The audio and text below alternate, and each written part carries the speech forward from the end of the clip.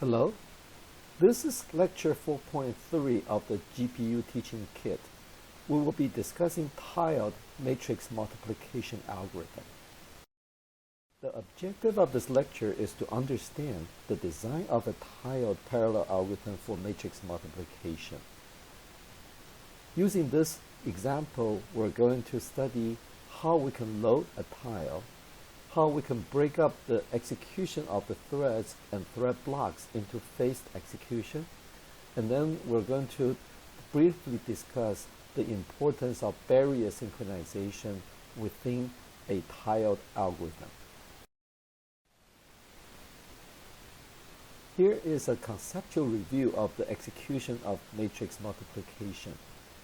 If we look at the data access pattern made by threads, each thread that produces a P element is going to need to access a row of n and the column of n, which are illustrated with the narrow strip within m and n.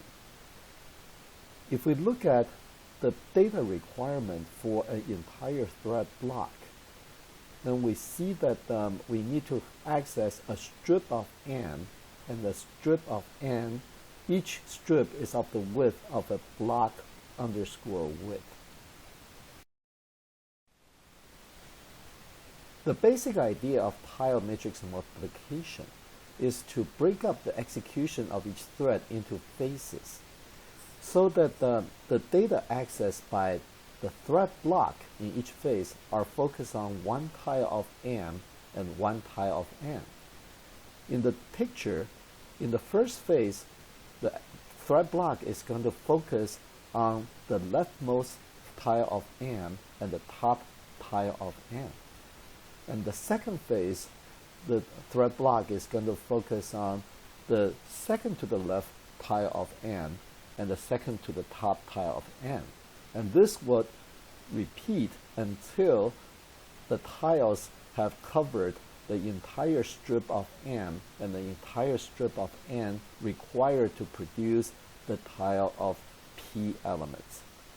We can see in this picture the tiles of block underscore size elements in each dimension.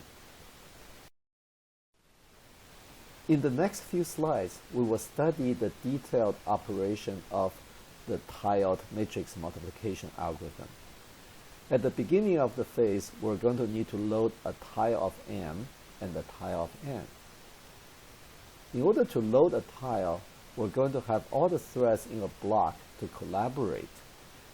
Recall that the number of elements in each m tile and in each n tile is the same as the number of threads in the thread block. So we can have each thread to load one m element and one n element in our tiled matrix algorithm. We now use our toy example 4x4 matrix multiplication to illustrate the loading of tiles for our phased matrix multiplication algorithm. We use block 0, 0 as a representative example. Block 0, 0 is going to have 4 threads producing P00, P01, P10, and P11, the upper left tile of P. The initial phase, phase 0 for that production, is going to involve the upper left corner tile of m and upper left corner tile of n. So the tiled algorithm is going to have all the threads to collaborate and load the upper left corner tile of m and upper left corner tile of n into the shared memory. Since the number of elements to be loaded is the same as the number of threads in the thread block, we can just use one thread to load each element of m, and then one thread to load each element of n. This is illustrated with the red arrows that represent the memory load from global memory into the shared memory. Once we have the tiles loaded into the shared memory, we can have the execution of phase 0 to take their input operands from the shared memory instead of global memory. We now look at the execution of the inner product iteration 0. All the threads are going to take one element of M and one element of N. For P00, thread 00 is going to take M00 and N00 from the shared memory. For thread 11, we're going to have that thread to take M11 and N11 from the shared memory to produce one iteration of the inner product.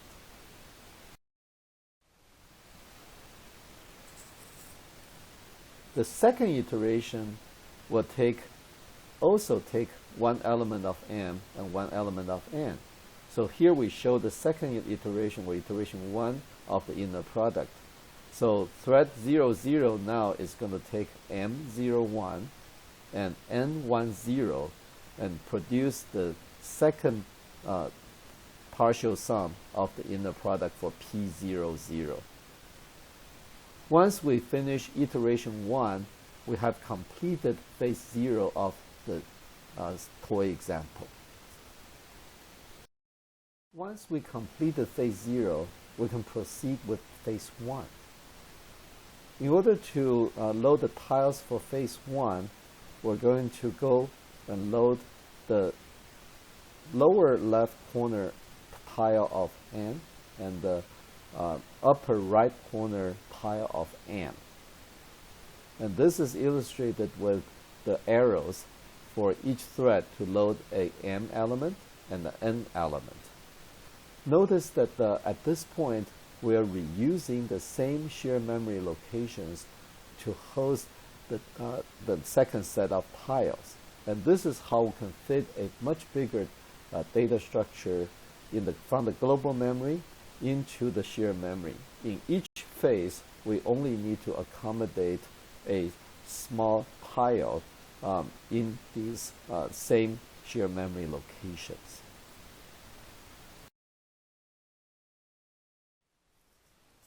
This slide shows the execution of iteration 0 of phase 1. During this iteration, each thread is going to be using one M element and one N element from the shared memory to produce one more contribution to their inner products. For example, thread 00 will be using M02 and N20 to produce one additional term for the inner product for P00. Finally, here is the execution of iteration 1 of phase 1. During this iteration, all the threads will be accessing the shared memory for the final M element and final N element for their inner products. For example, for thread 00, it will be using M03 and N30 from the shared memory to produce the final term for the inner product of P00.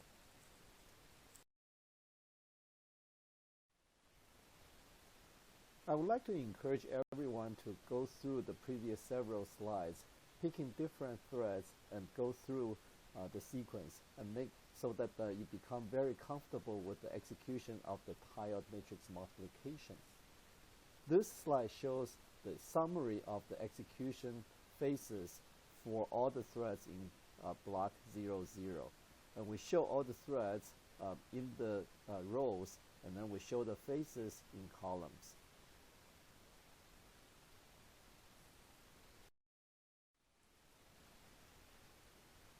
Notice that each value in the shared memory will be used by two threads during each phase of the execution. For example, the M value in shared memory location 00 will be used by thread 00 and thread 01. And if we look at phase 1, we will see exactly the same behavior. Every value will be used by two threads during phase 1 of the execution. This brings us to an important property and usage pattern for shared memory. The shared memory allows each value to be accessed by multiple threads. Once we load these values into the shared memory from global memory, the value can be used by multiple threads to satisfy their input operand requirement. As a result, we have consolidated the memory accesses by these multiple threads into a single access, and this is how we can cut down the traffic. And this usage pattern is very different from the registers, where each register can be only accessed by a single thread. So far, we have been referring to the execution phases without discussing how these phases are controlled and realized. And these phases are actually controlled and realized with barrier synchronization.